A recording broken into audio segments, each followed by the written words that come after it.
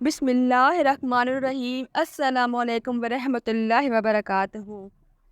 آج کی اس ویڈیو میں ہم بات کریں گے شیطان کون تھا، شیطان کی تخلیق کیسے ہوئی۔ جب اللہ تبارک و تعالیٰ نے اس کائنات کو تخلیق فرمایا تو اللہ تبارک و تعالیٰ نے انسانوں کو پیدا کرنے سے پہلے کون کون سی مخلوقات کو پیدا فرمایا، اس روئے زمین پر انسانوں سے پہلے کون کون سی مخلوقات رہا کرتی تھی، اور انسانوں کے ازلی دشمن شیطان کو کیسے پیدا کیا گیا، اس کے ماں باپ کون تھے، اور اس روئے زمین پر سب سے پہلے شیطانوں اور فرشتوں کے درمیان جنگ کس وجہ سے ہوئی، شیطان عزازیل سے ابلیس کیسے بنا، اور ایسے بہت سے سوالات جو شیطان یعنی ابلیس کے حوالے سے ہمارے ذہنوں میں اٹھتے ہیں۔ آج ان سوالات کا جوابات قرآن و حدیث کی روشنی میں دیا جائے گا، اور ایسے حقائق سے آپ کو آگاہ کیا جائے گا جن کے بارے میں اکثر ہمارے بہن بھائی واقف نہیں ہیں۔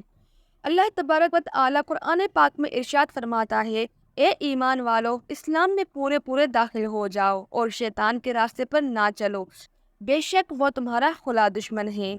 حضرت آدم علیہ السلام کی تخلیق سے پہلے اللہ تبارک و تعالیٰ نے صرف دو مخلوقات کو پیدا کیا، ایک ناری اور دوسرا نوری، یعنی فرشتوں کو کہا جاتا ہے، جن کو اللہ تبارک و تعالیٰ نے نور سے تخلیق فرمایا۔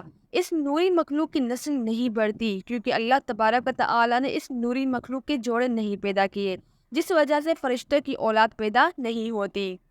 اور دوسری مخلوق جن کو آگ سے پیدا کیا وہ جنات ہیں، جن کے بارے میں روایات میں آتا ہے کہ جنات میں سب سے پہلے سمعون جن کو پیدا کیا گیا۔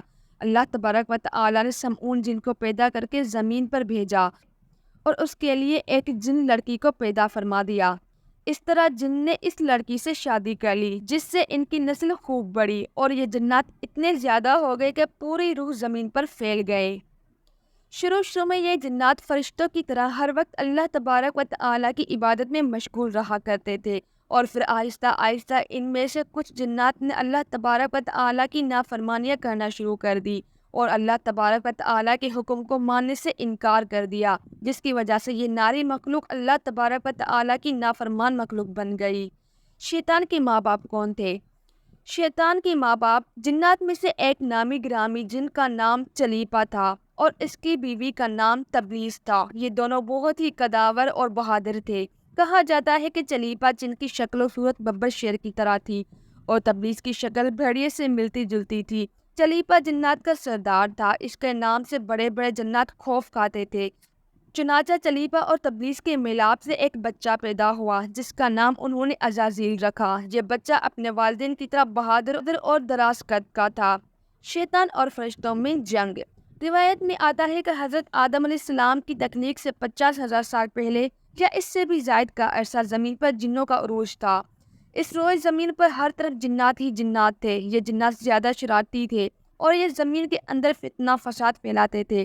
اس طرح جب جنات نے اس زمین پر فساد پھیلانا اور تباہی مچانا شروع کر دی تو اس وقت اللہ تبارک و تعالیٰ نے فرشتوں کو حکم دیا کہ زمین پر جاؤ اور جنوں سے جنگ کرو۔ تو فرشتے اللہ تبارک و تعالیٰ کے حکم سے زمین پر اترے۔ ان فرشتوں نے جنوں کو حکم دیا کہ اللہ تبارک و تعالیٰ نے حکم دیا ہے کہ زمین میں امن و امان سے زندگی بسر کرو، لیکن جنات نے فرشتوں کی بات کو ماننے سے انکار کر دیا، جس کی وجہ سے جنات اور فرشتوں کے درمیان بہت بڑی جنگ ہوئی۔ اس خوفناک جنگ میں عزازیل کے والدین یعنی چلیپا اور تبلیس نے بھی شرکت کی۔ اس جنگ میں فرشتے اللہ کے حکم سے جنات پر غالب آ گئے۔ اس جنگ کے اندر بہت سارے جنات مارے گئے، جن میں عزازیل کے والدین بھی شامل تھے، اور باقی سرکش جنات کو اللہ تبارک و تعالیٰ کے حکم کے مطابق قید کر لیا گیا۔ ان قیدیوں میں عزازیل بھی شامل تھا۔ فرشتے جب ان جنات کو قید کر کے آسمانوں کی طرف لے گئے تو شیطان بھی ان کے ساتھ آسمان پر چلا گیا۔ پھر اللہ تبارک و تعالیٰ کی طرف سے فرشتوں کو حکم ملا کہ عزازیل کی بہترین تربیت کی جائے اور اس کی اچھی پرورش کی جائے۔ فرشتوں نے عزازیل کو عبادت کرنے کی بہترین طریقوں سے آگاہ کیا، جس کی وجہ سے عزازیل اللہ تبارک و تعالیٰ کا ایک عبادت گزار بندہ بن گیا اور اللہ تبارک و تعالیٰ کی بارگاہ میں بہت بڑا مرتبہ حاصل کر لیا۔ اس دوران عزازیل بہت قابل اور عقل مند بن گیا۔ اس وقت اللہ تبارک و تعالیٰ نے عزازیل کو فرشتوں پر استاد مقرر کر دیا۔ عزازیل فرشتوں کو تعلیم و تربیت دینے لگا اور فرشتے عزازیل کے پاس آتے اور علم حاصل کرتے تھے۔